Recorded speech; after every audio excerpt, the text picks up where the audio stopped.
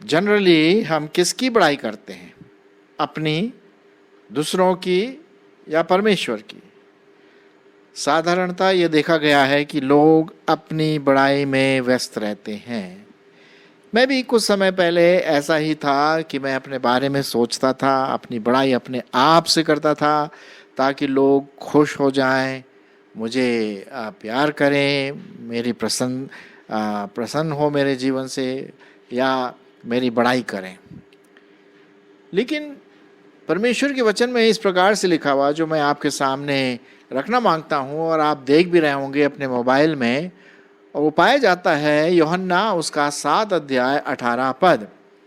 यूहन्ना और उसका 7 अध्याय 18 पद, यहाँ पर इस प्रकार से लिखा हुआ है, जो अपनी ओर से कुछ कहता है वो अपनी ही बड़ाई चाहता है, परंतु जो अपने भेजने वाले की बड़ाई चाहता है वही सच्चा है और उसमें कोई अधर्म नहीं।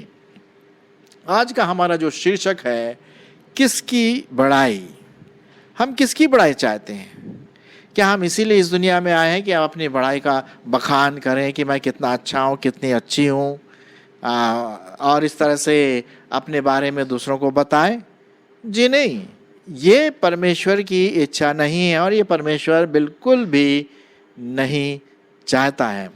हमारी बातचीत से लोग समझ जाते हैं कि भाई ये किसका बखान कर रहा है। आपने देखा होगा कि कभी कभी लोग अपने बारे में इतना बोलते रहते हैं कि कभी कभी बोलते उससे बोले यार चुप हो जा, बस काफ़ी हो गया, तू अपने बारे में ज़्यादा ही बोल दिया, है ना। अगर वही बात कोई दूसरा व्यक्ति बोले तो बात अलग हो जाती, लेकिन मैं अपनी बखान करूं, मेरे बारे में कितना अच्छा स्पीकर हूं, कितना अच्छा सहायता करने वाला हूं, कितना अच्छा शिक्षक हूं, और इस तरह से, तो वही तो हुआ, अपने ही तुरही अपने मुंह में के सामने लगा बजाना है। ऐसा तो परमेश्वर नहीं चाहता है ना। सो इसी बात में हम देखेंगे आज कि हम किसकी बखान, किसकी बड़ाई चाहते हैं ताकि परमेश्वर खुश हो। और परमेश्वर खुश इसी से होता है कि जब हम उसकी बड़ाई करते हैं। अगर आप इस पिक्चर को देखें, इस डायग्राम को, यहाँ पर दो व्यक्ति हैं और उसमें से एक अपने ही बारे में बताया जा रहा, दूसरा भी सुन करके यार सोच रहा क्या कहाँ फंस गया मैं। लेकिन दूसरे नीचे वाले पिक्चर में अगर आप देखें तो वो परमेश्वर की बातें कर रहा है, परमेश्वर की बड़ाई कर रहा है, परमेश्वर की अच्छी बातों को वो दूसरों को बता रहा है। तो जब ये बातें होती हैं तो वो सच्चा है और उसमें कोई भी अधर्म नहीं पाया जाता। ये हम देखते हैं प्रभु यीशु मसीह ने कहा। आप इस बात का ध्यान रखिए कि हम मनुष्य की बड़ाई नहीं चाहते हैं। गलतियों और उसका पहला अध्याय और उसका 10 पद में हम देखते हैं, अब मैं क्या मनुष्यों को मानता हूं या परमेश्वर को? क्या मैं मनुष्यों को प्रसन्न करना चाहता हूं?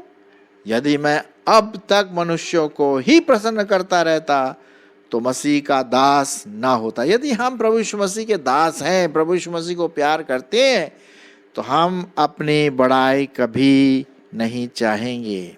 ये बहुत बहुत इम्पोर्टेंट बात है। हम मनुष्यों को प्रसन्न करने के लिए नहीं है यहाँ पर।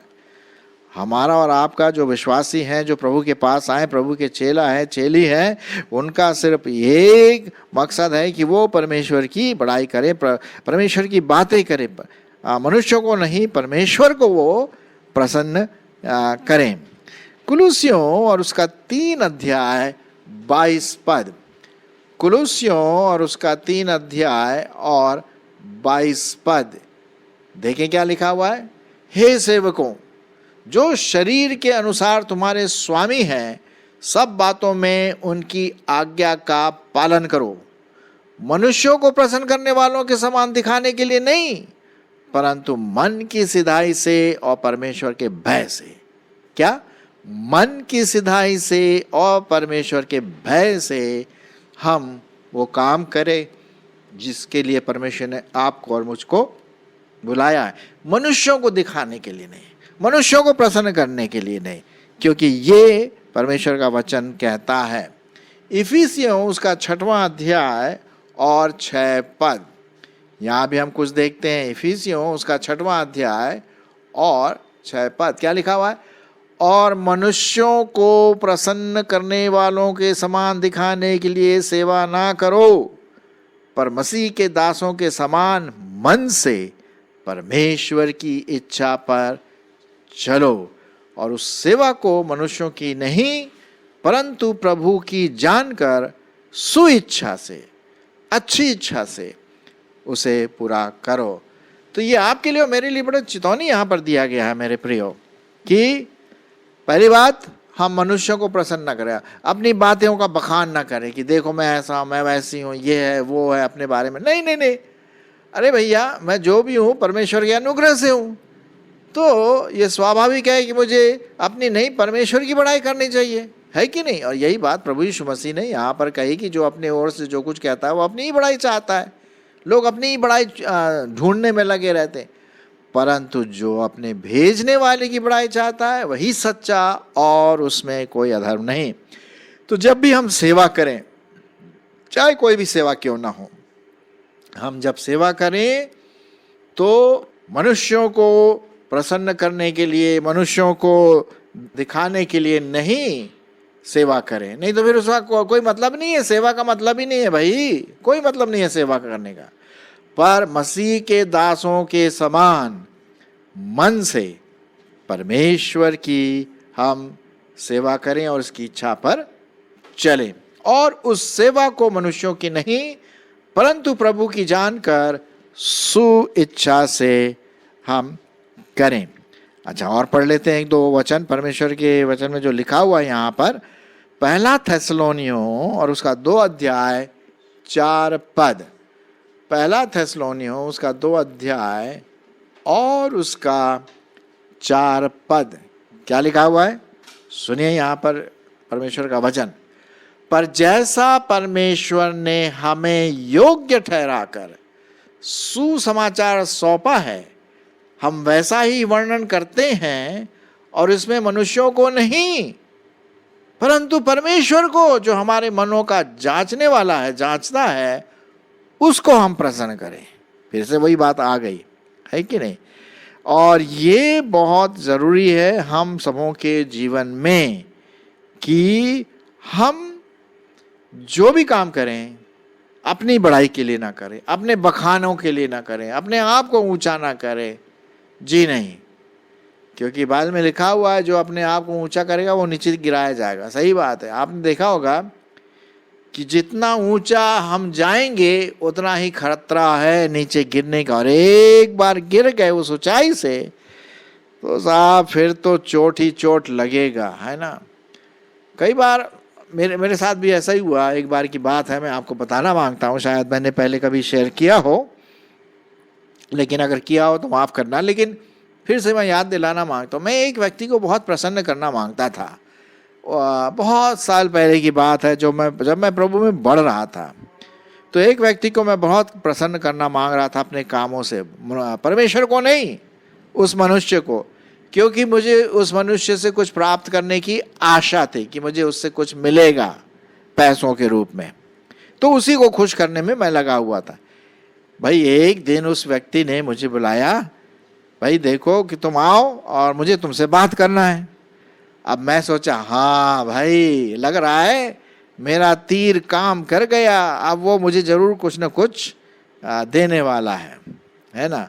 तो शाम को मैं गया बड़े खुशी के साथ, और फिर उन्होंने कहा आप बैठ जाइए। मैं बैठ गया तो उन्होंने कहा कि तुम किसको प्रसन्न करना मांगते हो? मैं देख रहा हूँ कि तुम जो काम कर रहे हो मुझे प्रसन्न करने के लिए कर रहे हो। अरे दिखाने के लिए क्यों काम करना तुम्हें? मैं तो तुम्हें अच्छी तरह से जानता हूँ। अरे मेरे को तो बड़ा क्या बोलते हैं करंट शॉक लग गया, ये तो उल्टा ही किस्सा हो गया भाई।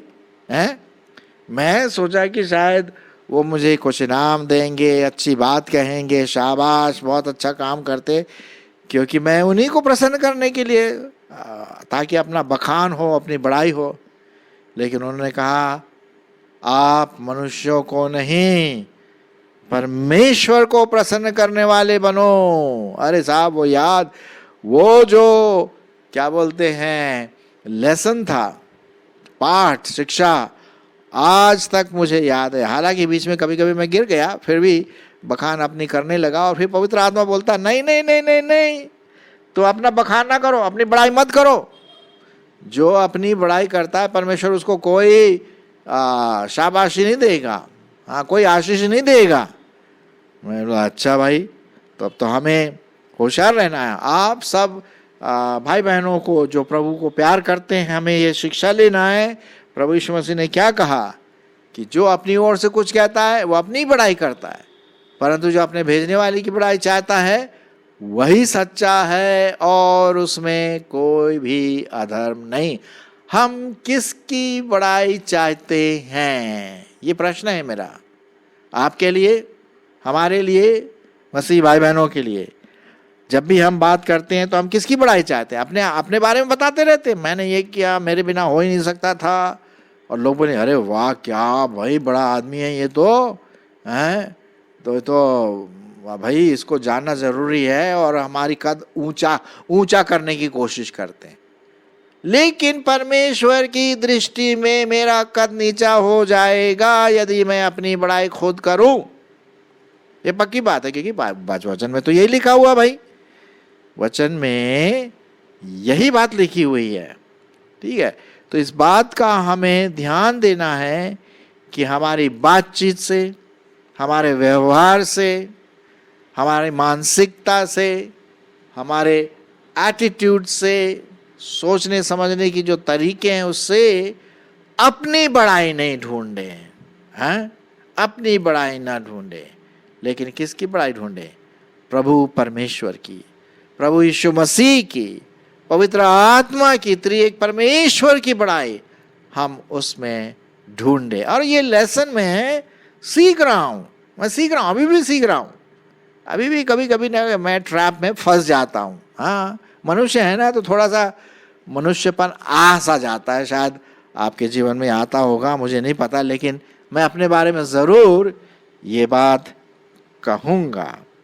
सो प्रियो, हम अपनी बड़ाई नहीं, परमेश्वर की बखान, परमेश्वर की बड़ाई करें। हमारे जो फ्रेंड्स के जो सर्कल हैं, हमारे दोस्त यार जो हैं, जो बहुत हमारे प्रिय माने जाते हैं, उनमें से 2-3 ऐसे व्यक्ति हैं जब भी हम मिलते हैं तो वो मालूम किसकी बात करते हैं? सेवा की, प्रभु की, बाइबल स्टडी की, परमेश्वर की, बस वही बात करते हैं, और दूसरी बात उनको अपने बारे में या दूसरों के बारे में कोई और मतलब नहीं है।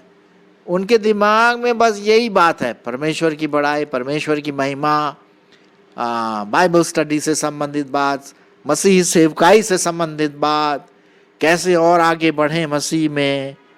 क्या बात है, मैं ऐसे दोस्तों से मिलकर बहुत धनी महसूस करता हूँ।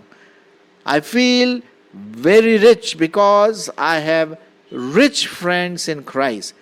रिच मतलब पैसों से मैं रिच नहीं, लेकिन उनके हाव भाव से, उनकी आत्मिकता से, उनके कमिटमेंट और समर्पण से मैं बहुत रिच हो जाता हूँ, धनवान बन जाता हूँ। ये आत्मिक धन जिसे हम कह सकते हैं। और मुझे परमेश्वर का धन्यवाद करना चाहिए कि हमारे जीवनों में ऐसे व्यक्तित्व हैं, 2-3 हैं, जो हमेशा परमेश्वर की बड़ाई के बारे में सोचते हैं, और अपने बारे में तो सोचते भी नहीं हैं।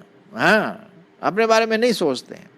जी हाँ, तो ये बात हम यहाँ पर देखते हैं। अच्छा, एक और मैं आपके सामने एग्जाम्पल देना मांगता हूँ, और वो पाया जाता है यूहन्ना रचित सुसमाचार और उसका 3 अध्याय 30 पद।